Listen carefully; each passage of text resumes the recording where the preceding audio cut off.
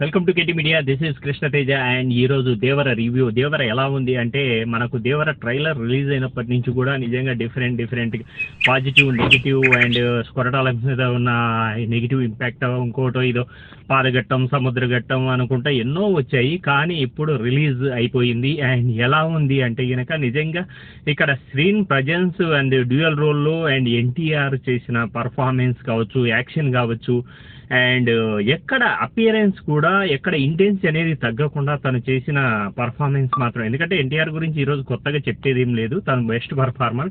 కానీ డైరెక్టర్ ఎలా చూపిస్తాడు, ఎలా చేస్తాడు అనేదే ఇక్కడ మ్యాటరు. కానీ కొరటాల శివ గారు దీంట్లో, ఎందుకంటే సముద్రంలో ఒకటైతే చెప్పాడు, ఎందుకంటే ప్రతి మనిషికి ధైర్యమే కాదు, ధైర్యం ఎక్కువైనా కానీ కష్టమే, ఆ ధైర్యానికి కూడా భయం అనేది ఉండాలి.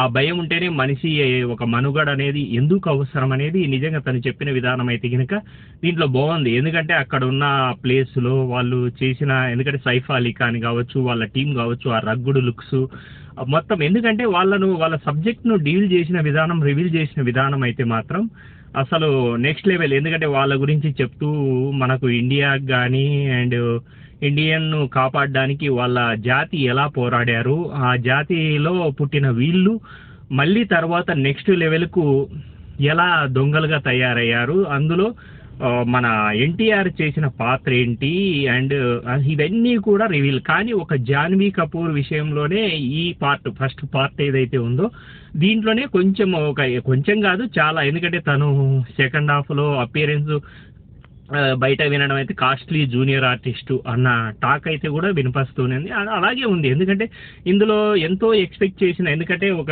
ఎన్టీఆర్ పక్కన జాన్వీ కపూర్ను చూడాలి అని చాలామంది ఈగర్గా వెయిట్ చేస్తున్నప్పుడు ఈ పార్ట్లో లేదు, మళ్ళీ నెక్స్ట్ ఇయర్ చూడాలి అంటే ఆ సాంగ్స్ కూడా నిజంగా నెక్స్ట్ పార్ట్కు వచ్చే సాంగ్స్ కూడా ఆల్రెడీ షూట్ చేశారు, కానీ దీంట్లో ఇంక్లూడ్ చేయలేదు.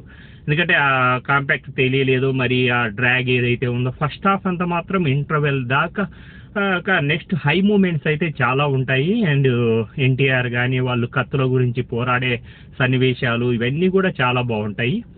అండ్ మూవీ మాత్రం డెఫినెట్గా చూడవచ్చు, బిగ్ స్క్రీన్ ఎక్స్పీరియన్స్ డెఫినెట్గా. ఎందుకంటే ఎన్టీఆర్ ఫ్యాన్స్ కూడా ఇది బెస్ట్ మూవీ అనే చెప్పొచ్చు. ఎందుకంటే ఎన్టీఆర్ను మనం సోలో హీరోగా ఒక 5 yearsగా వెయిట్ చేస్తున్నాం. అంతకుముందు ఆర్ఆర్ అయితే మంచి హిట్ ఇచ్చి మంచి ఆస్కార్ రేంజ్లో వెళ్ళింది. వీళ్ళు కూడా ఇప్పుడు నెక్స్ట్ ఈ మూవీని కూడా ప్రమోట్ చేసిన విధానం, యూఎస్ కావచ్చు, ఆల్ వరల్డ్ వైడ్ స్క్రీనింగ్స్ వేసి ఫారినర్స్ కూడా చూపించిన విధానం, ఎందుకంటే మన వాళ్ళే కాదు మనకు తెలుగుకు వేరే ఫ్యాన్స్ కూడా ఉన్నారు కాబట్టి డబ్బింగ్ కూడా చేయడం జరిగింది. అండ్ నిజంగా హైలోనే ఉంది ఈ మూవీ అయితే మాత్రం. Please watch in theatres. And this is Krishna Teja.